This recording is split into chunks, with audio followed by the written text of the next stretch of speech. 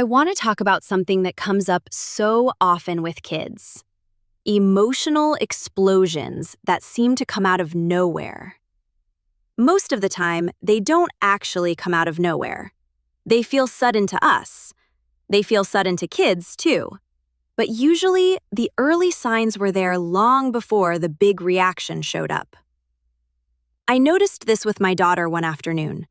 She was sitting at the table, working on something she really cared about. At first, everything seemed fine.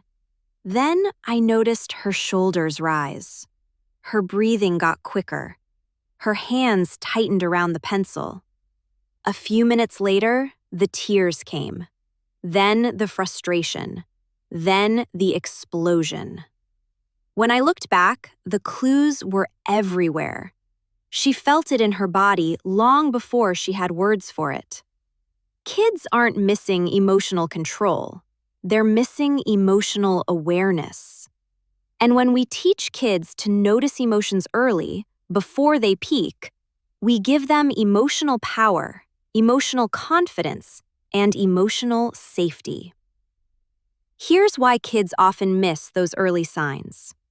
We experience emotions in our bodies first. Before a feeling becomes anger, sadness, or panic, it usually shows up as sensations. Things like a tight throat, fast breathing, clenched hands, warm cheeks, fidgeting, a heavy chest, a shaky voice. Most adults eventually learn to recognize these signals.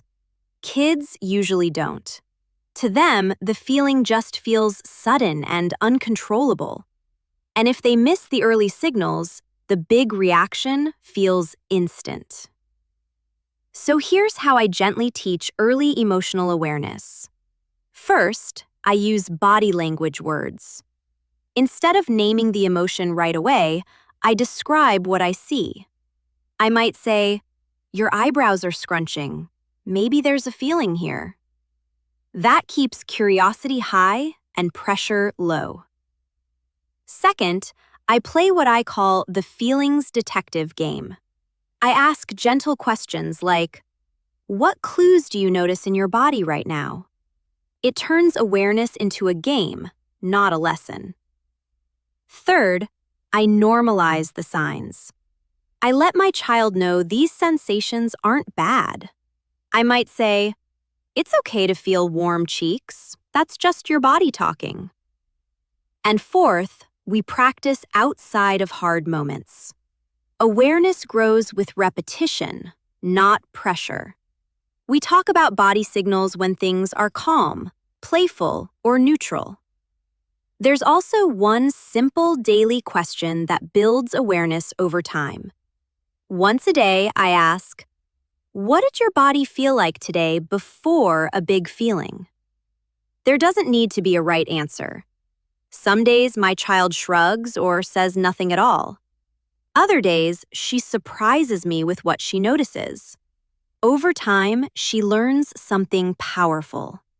Emotions don't take over without warning. They're signals she can notice, understand, and move through.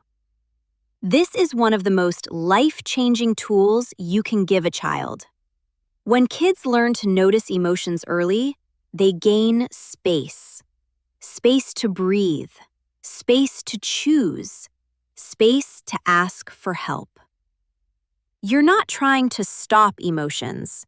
You're teaching your child to listen before emotions have to shout.